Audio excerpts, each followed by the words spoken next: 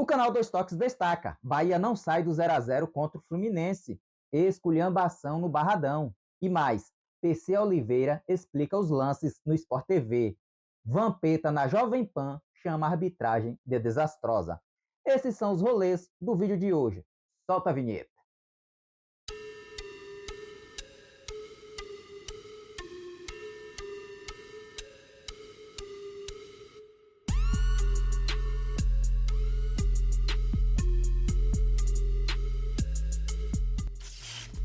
Olá a todos, eu sou Jabson Batista e sejam bem-vindos a este canal. E como é de praxe por aqui, vai deixando a sua inscrição, o seu like e também os seus comentários, porque assim ajuda a impulsionar ainda mais este conteúdo para mais pessoas. Beleza? Vamos começar os rolês de hoje falando do Bahia, que foi até o Rio de Janeiro encarar a equipe do Fluminense e a partida terminou empatada. Pois bem, meus caros torcedores tricolores, o Bahia jogou na noite da última quarta-feira, às 19h30, foi atuar lá no Maracanã contra o Fluminense, aquele Fluminense do amistoso que meteu 2 a 0 no Esquadrão. Porém, o jogo, a partida ontem, foi modorrenta, foi pífia, foi, como eu posso dizer, vexatória. Foi mais um empate do Bahia no final do primeiro turno e no segundo turno. Vexatória. O time do Bahia não está conseguindo jogar. Aí muitos vão falar de algumas peças que está se destacando, como Acevedo, Rodrigo Nestor. Tudo bem, estão bem, mas o conjunto, o elenco não está bem. Para vocês verem aí. Às vezes, vai passar pano, não é passar pano. Você está criticando, não é criticando. É a forma que está atuando. O Bahia está hoje com esse empate de ontem, está na quinta colocação com 32 pontos, que era ali um jogo de 6 pontos. Se o Bahia vencesse, iria ultrapassar o Fluminense na tabela. Hoje está em quinto por conta do Bragantino, que não jogou na rodada. Mas, na hora que o Red Bull Bragantino entrar em campo e fizer o seu jogo, aí teremos a certeza se vai continuar em quinto ou não. Mas até aqui, está em quinto por conta disso. E outra coisa, o Bahia mantém um tabu contra a equipe do Fluminense atuando lá no Maracanã desde 1987. São 38 anos de tabu. Não consegue vencer o tricolor das Laranjeiras jogando lá. Difícil. É uma difícil missão, um difícil tabu do Bahia, que anos anteriores não tinha o elenco que talvez tenha hoje, ou financeiramente melhor do que anos anteriores, mas não consegue vencer o Fluminense, não consegue dar um salto na tabela. A 19ª rodada do campeonato, o Bahia apenas empatou em 1 a 1 contra a equipe do Galo. Na 20ª, ali na virada de turno, o Bahia também empatou em 1 a 1 contra o Corinthians. Na 21ª rodada do segundo turno, que aconteceu na noite de ontem, o Bahia empatou por 0 a 0 contra o Fluminense. Como que vai ser esse segundo turno do Bahia? Já começando empatando, terminando uma empatando e começando a outra metade da competição empatando. Como que vai ser lá o final dela? Como que vai ser o Bahia, viu? Ao final da competição? É difícil falar aqui agora. Outra questão disso são alguns jogadores. Jean Lucas, viu? Everton Ribeiro, que não estão conseguindo jogar. Ou, tá bem nos treinamentos, mas em campo não está conseguindo dar o que era dar, entregar performance. Viu? Então tá difícil neste momento. Fica difícil para os torcedores que estão ali apreensivos com a conquista do Bahia ao final da temporada, porque só resta o Campeonato Brasileiro com um título que a gente está vendo como é que está se desenhando esse título e com vagas para a Libertadores. Será que o título para os seus torcedores no final da temporada será uma vaga na Libertadores, seja ela na fase de grupos direta ou numa pré-Libertadores? Fica difícil desse jeito. Vamos agora mudar o rolê e falar do Vitória. Pois é, meus caros torcedores rubro-negros, que situação. Que esculhambação a arbitragem do senhor Alex Gomes Stefano no Barradão na noite de ontem, a partir das 9h30 da noite. Que coisa ridícula! O que aquele árbitro, o que o senhor Stefano fez ontem? Foi ridículo, manchou o jogo do Vitória dentro do Barradão. Que até então o Vitória estava invicto lá dentro. E ele, o senhor Alex Gomes Stefano, conseguiu quebrar a invencibilidade de um clube no futebol, que eu nunca tinha visto isso. Um árbitro quebrar a invencibilidade de um clube dentro do futebol. E ele ontem fez essa proeza. Ele conseguiu estragar o jogo do Vitória. O Vitória, que já vinha de uma derrota fora de casa, que não está bem, mas dentro de casa é outra história. E a partida, a arbitragem do senhor Stefano foi ridícula. Olha, vamos agora aqui acompanhar um recorte do ex-árbitro de futebol, PC Oliveira, na Sport TV, explicando os lances desse jogo. Acompanhe. E a forma como ele vai para a disputa, por mais que ele toca na bola primeiro, e a bola acaba batendo ali na perna dele, ele tem que levar em conta o risco que ele causa para o adversário. Porque é uma entrada que, por mais que tenha o toque na bola, mas o toque na bola não diminui a gravidade da ação. Então ele tem um toque na bola, ok, mas tem a consequência também, que é com a trava da chuteira, é com a perna em riste, e até com uma sorte ali, assim, vamos dizer assim, do Arias, que está levantando o pé para dar uma passada, a gente percebe como a perna dobra, inclusive, porque se ele está com esse pé apoiado, o risco de lesão seria ainda maior. Então, da maneira como ele vem projetado, por mais que tenha um toque na bola, ele leva o risco para o adversário. Tem um risco de lesionar o adversário. E, mais uma vez, nas avaliações que o árbitro tem que fazer, os elementos que ele tem que avaliar. Com qual a parte do corpo ele atinge o adversário? Com a sola. Aonde ele atingiu o adversário? Olha só. Aqui, o que está pegando aí é a perna esquerda do Arias. Perna esquerda do Arias. O Arias é a direita do jogador do Vitória. De novo, para quem está fazendo guerra de frame. Vamos olhar aí. Isso. Né? Não é o chute na canela. Não é o chute. Na canela direita. É a bola que passa. É a bola que passa. Só uma dúvida, PC. O que o árbitro tinha marcado? Não deu nem falta. Nada. Nem falta. Não. Esse é um lance muito parecido com a expulsão do jogo Inglaterra e México, que o árbitro também nem deu falta, né?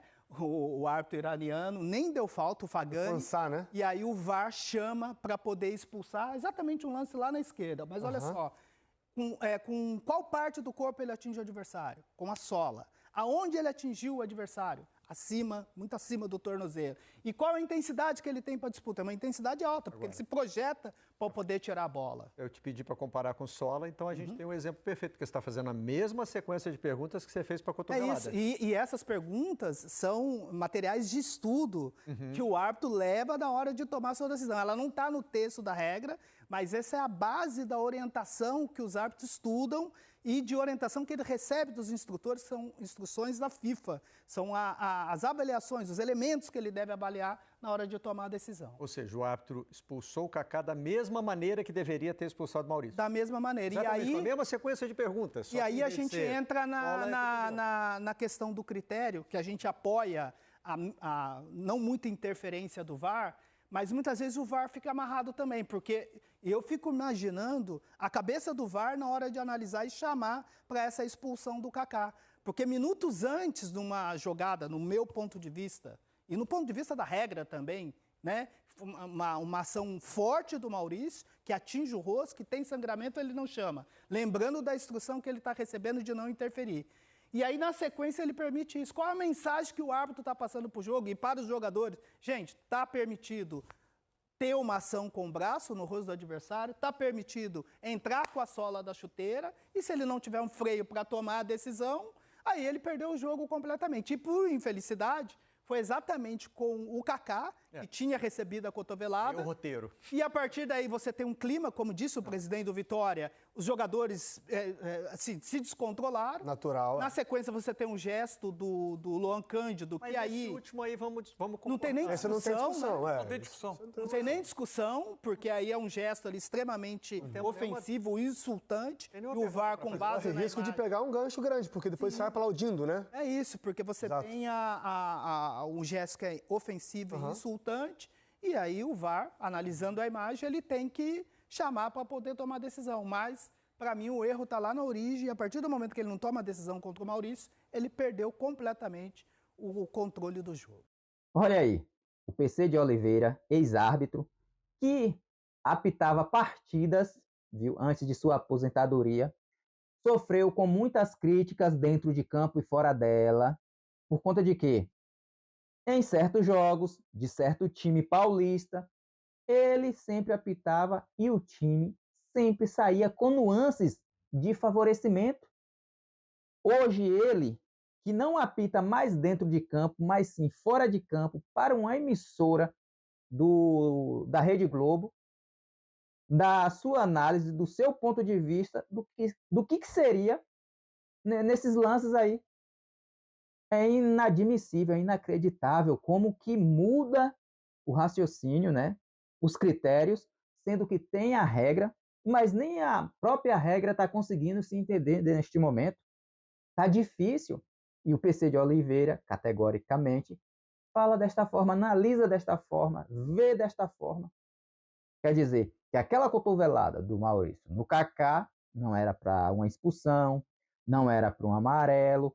O próprio Maurício que fez o gol, quem em partidas anteriores deu entradas muito mais perigosas do que essa e não foi punido, não tomou cartões, não aconteceu nada. O que deixa transparecer neste momento? É que o campeonato está vendido para a equipe alviverde.